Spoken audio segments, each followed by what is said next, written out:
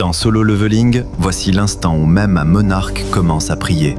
Le monarque de la bête recule, son instinct hurle. Le monarque du givre sort des décombres, glacé, furieux.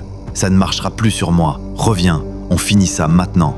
La bête lève une patte. Non, j'arrête là. Le givre explose. Quoi? T'abandonnes maintenant? T'es devenu fou? La bête réplique d'une voix rauque, presque tremblante. Tu ne le sens pas?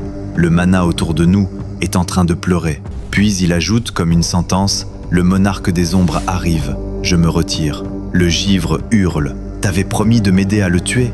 La bête répond froidement. J'ai promis, tant qu'il restait sous forme humaine. Mais là, c'est le vrai monarque qui approche. Je ne tiens plus rien. Le givre l'insulte. Tu fuis avec la queue entre les jambes? Monarque des bêtes, mon cul! La bête grogne. Tu ne peux pas comprendre. Tu n'as jamais affronté la pleine puissance d'Ashborn. Il ouvre son portail. Je prierai pour toi. Et il disparaît. Le givre explose de rage. Salopard! Il plante son trident dans le sol. Le monde devient un enfer blanc.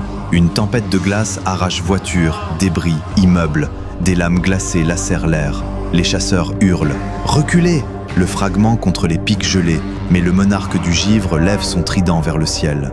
Un bloc de glace gigantesque se forme dans les nuages, assez massif pour écraser une ville entière. De simples humains osent me défier? Vous serez enfermés à jamais dans le vide éternel avec Ashborn. Le fragment pense. Il veut anéantir toute la zone? Pas le temps de réfléchir. Une lame lui tranche le bras. Il hurle. D'autres frappent le sol autour de lui.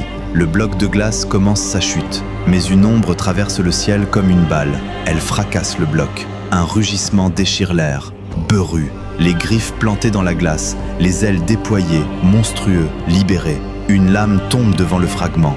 Une autre ombre apparaît, Ygri. Sa voix résonne comme un acte d'accusation. Tu n'as pas le droit de te proclamer roi quand tu es aussi faible. Le givre blêmit. Il réalise. L'ombre n'est plus scellée. Les soldats maréchaux ont retrouvé leur puissance complète. Il comprend. Il a perdu. Et là, le sol s'assombrit. L'air s'arrête. Les ombres tremblent. Une voix tombe comme une guillotine. C'est pour ça que je ne devrais jamais faire confiance aux prophéties.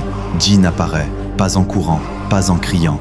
Il marche, comme un dieu qui revient réclamer son trône. Il lève les yeux. La bête s'est enfuie, puis, avec une froideur absolue, qui a osé partir sans ma permission? Et l'arc continue. Abonne-toi pour la suite.